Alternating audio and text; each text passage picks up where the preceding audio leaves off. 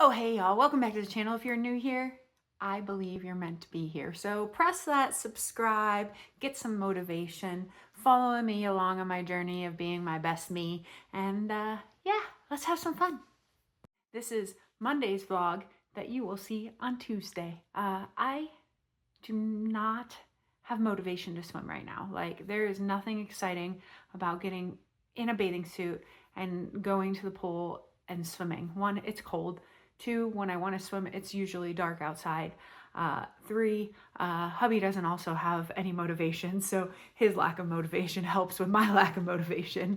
And four, it's like, not that it's my least liked of the three sports, but it's kind of my least liked of the three sports. So what I've decided is that I am going to give swimming a little bit of a break. I don't know when I'm going to go back to it. Obviously, I have to go back to it eventually in order to do a full Ironman again and have those swimming sessions in.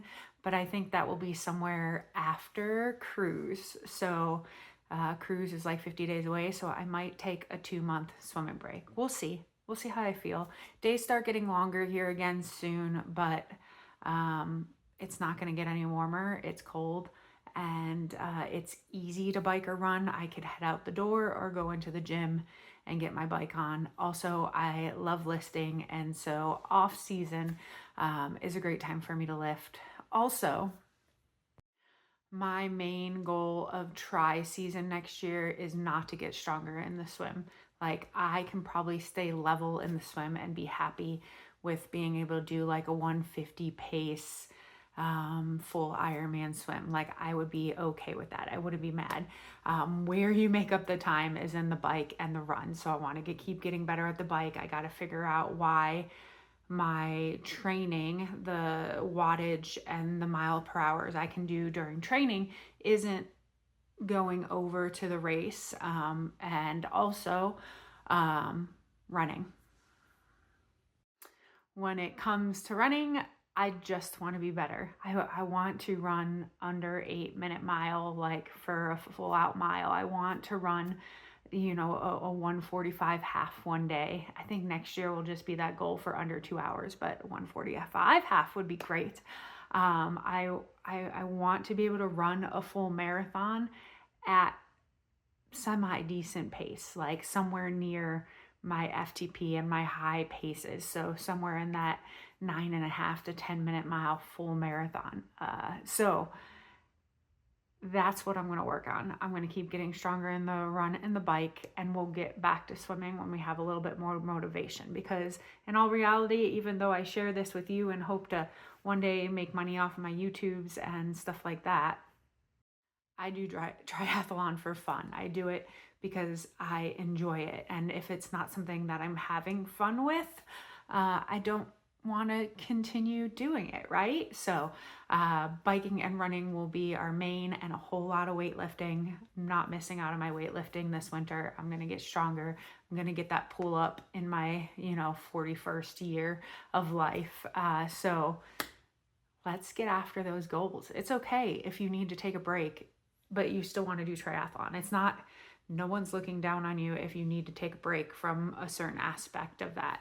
Now, there are going to be some of the aspects that are harder to take a break from. If you take a long break from running, your body's going to feel that, especially if you aren't doing something to supplement like lifting weights and biking. So for right now, I took swimming off of the schedule for my tri-dot, and just put bike and run. And I tried to add in one more bike session or one more run session throughout the week. So we'll see how that goes and what happens with that.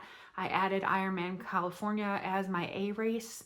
Right now it's not letting me add any of the half marathons that I want to add.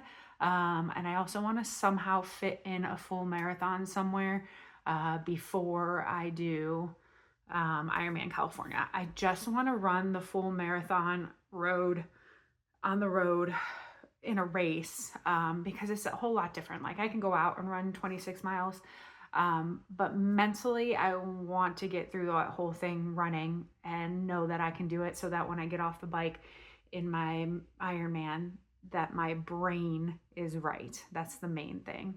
We'll work on that food and that stomach issue that I had last year, but I definitely want to make sure my brain is right.